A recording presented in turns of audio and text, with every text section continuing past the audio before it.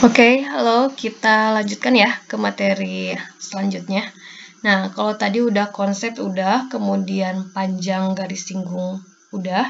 Nah, sekarang kita nyari persamaannya. Persamaan garis singgung lingkaran.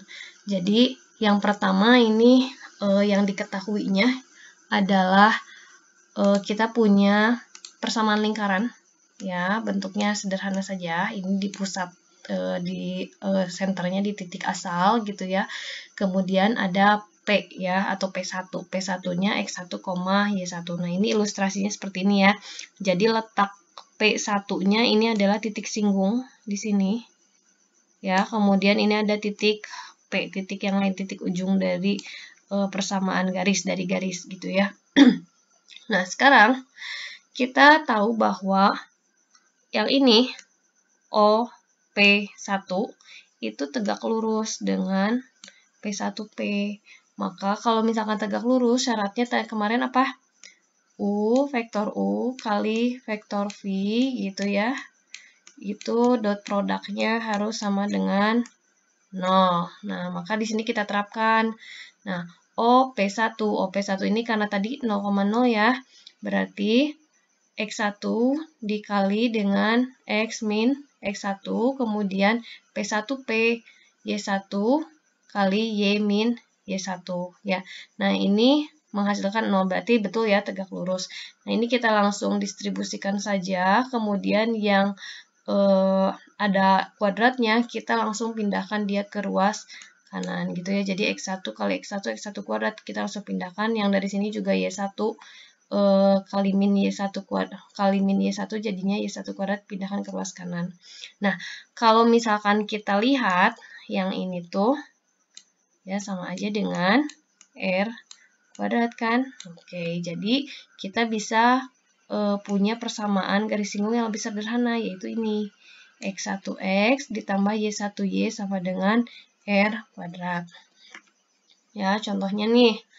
Kita punya persamaan lingkaran X kuadrat ditambah Y kuadrat sama dengan 25. Berarti R-nya sama dengan 5 ya. Oke. Kemudian P1-nya adalah min 3,4. Nah, itu persamaan garis singgungnya gimana atau seperti apa? Jadi yang pertama kita langsung ikuti saja. Yang ini ya, X1X ditambah Y1Y sama dengan R kuadrat. Nah, X1-nya ini kan min 3 kali X ditambah 4 kali Y sama dengan 25. Atau kita pindahkan semuanya ke kiri jadinya gini. Nah, sekarang kita harus tunjukkan dia tuh tegak lurus gitu atau dia normal gitu ya dari poin P1 dari titik P1 gitu ya terhadap lingkaran. Nah, caranya kalau misalkan kita punya persamaan lingkaran seperti ini, kemudian ada titik tadi ya, titik singgungnya di X1, Y1, maka untuk menunjukkan bahwa dia garisnya normal ya atau tegak lurus tadi antara OP1 dengan P1P itu kita menunjukkannya seperti ini. Ya. Nah, contoh nih untuk yang ini tadi kan persamaannya 3X min 4Y plus 25. Ya. Nah, maka kita tunjukkan tadi kan Y1X-nya Y1-nya berarti 4X gitu ya, min ini jadinya plus ya. Plus 3Y sama dengan, nah, Y1-nya 4 dikali dengan X1-nya min 3, kemudian dikurangi X1-nya min 3 dikali Y1-nya 4. Nah, ini sama dengan 0 gitu ya, atau ini udah ini. Nah, maka betul yang tadi itu udah kondisinya udah normal gitu antara garis P1 P1O gitu ya dengan P1 ke P gitu. Nah, ini latihannya, nanti boleh kalian coba. Nah, kondisi yang kedua, kalau misalkan kita punya persamaan lingkarannya ini, Tapi kalau tadi kan yang diketahuinya si titik ya, titik luarnya P1-nya. Nah, sekarang yang diketahuinya adalah kemiringannya atau slope atau gradien gitu ya, gradien si garisnya. Nah, ingat kembali tadi konsepnya bahwa kita akan punya dua garis singgung yang saling berseberangan. Jadi ini misalkan garis singgung yang pertama, titik singgung yang pertama, ini titik singgung yang kedua gitu ya. Dengan persamaan garisnya secara umum kita nyatakan Y sama dengan SX plus K ya. Dengan S-nya tadi sama dengan gradien ya, atau gradien itu biasanya M ya dilambangkannya. Oke. Nah, lalu sama persis seperti yang tadi ya. Ini Y-nya. Tadi kan Y-nya SX. Kalau tadi masih sederhana ya, SX, sekarang kita tambahkan K. SX plus K.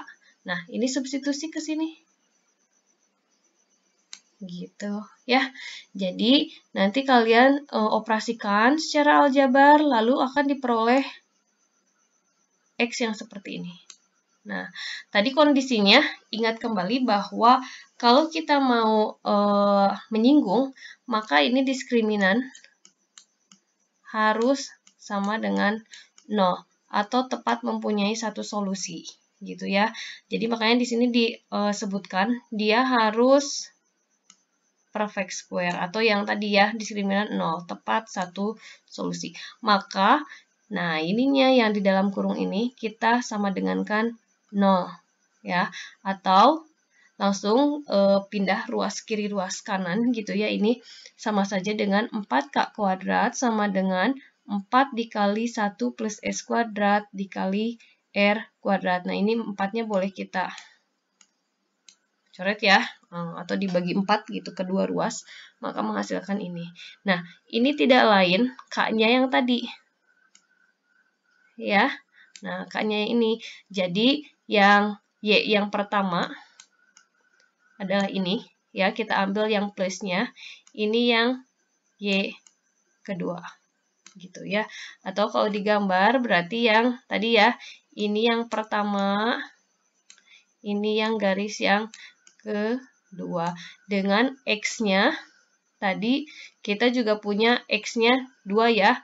Jadi misalkan yang plus ambil yang plus, yang min ambil dengan Y yang negatif. Gitu. Ya, contohnya ini penggunaannya mudah gitu ya, hanya konsepnya saja yang tadi karena harus paham betul. Nah, misalkan kita punya persamaan lingkaran, ya, persamaannya ini berarti kita punya R-nya sama dengan 5, ya. Kemudian slope-nya atau gradiennya min 4/3, maka pakai yang ini ya. Pakai yang ini, kita langsung saja. Tadi kan S-nya sama dengan gradiennya sama dengan M. Maka langsung min 4/3 kali X ditambah R-nya tadi 5. 5 berarti akar 1. Karena S-nya 4/3 berarti langsung aja kita kuadratkan 16/9. Ini untuk Y yang pertama. Untuk Y yang kedua berarti tinggal ambil yang negatifnya. Tinggal ambil yang negatifnya. Atau ini boleh disederhanakan lagi ya, kalian pasti sudah paham cara menyederhanakan ini supaya akarnya hilang gitu, supaya penyebutnya juga hilang, supaya nggak ada pecahan. Nah ini jadinya gini. Jadi ini Y yang pertama atau garis yang pertama, ini garis yang kedua. Nah terlihat ya, ini garis yang pertama, ini garis yang kedua gitu. Bedanya di mana? Tadi cuman di K-nya aja ya. Gitu.